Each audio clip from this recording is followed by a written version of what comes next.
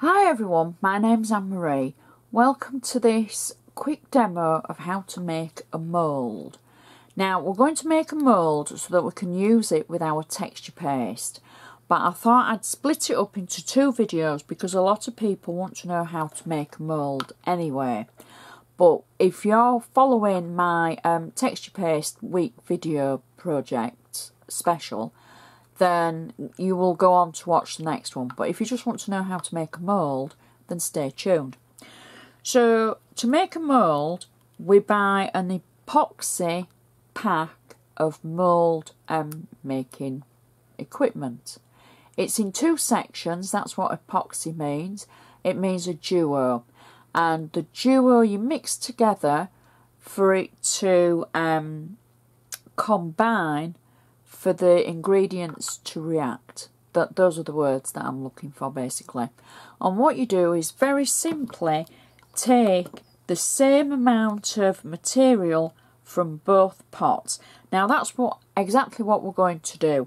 We're going to make a mould for a button, and I'm just going to zoom in a little bit because I want you to be able to see exactly what I do.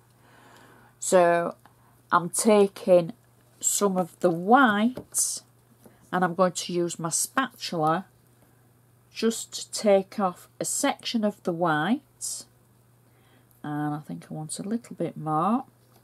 I normally take about 10p piece of both the white and the blue.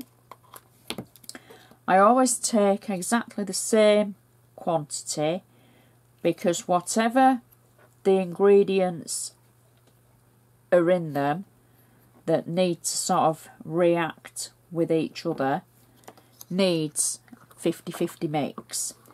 But don't sort of get hung up about, oh, you have to weigh it. Just, you know, if you think you've got the same amount, go for it. So then all you do is start mixing. Now I'm doing this in real time. I'm doing this so that you can see.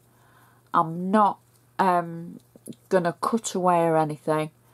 I must apologise for the state of my texture paste hands while I've been recording something else. I should have washed my hands, I'm very naughty. So you keep mixing the epoxy together until it changes colour, and it changes to quite a lighter looking blue or lilac depending on your eyes. So you can see that's how it started, and now it's a bit lighter. Roll it into a ball and press down,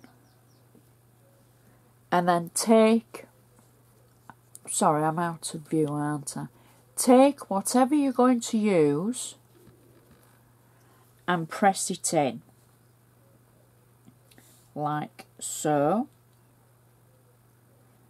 and then just press the edges a little bit up to it.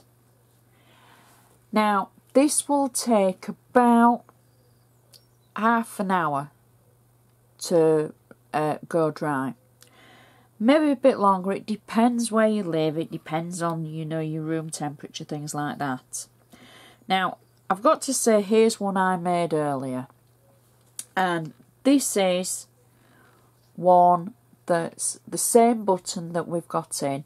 It's set solid, it's squidgy enough for you to be able to put something in it and take it out and wait for it to set. This now is in this shape. It will not change, it will not move, it's there forever. It's a great thing for using to make small embellishments like buttons. If you're a jeweller, this is where I used it when I used to make jewellery a long time ago, and it was just, it's a very simple process, and a lot of people are put off by it because they have to mix.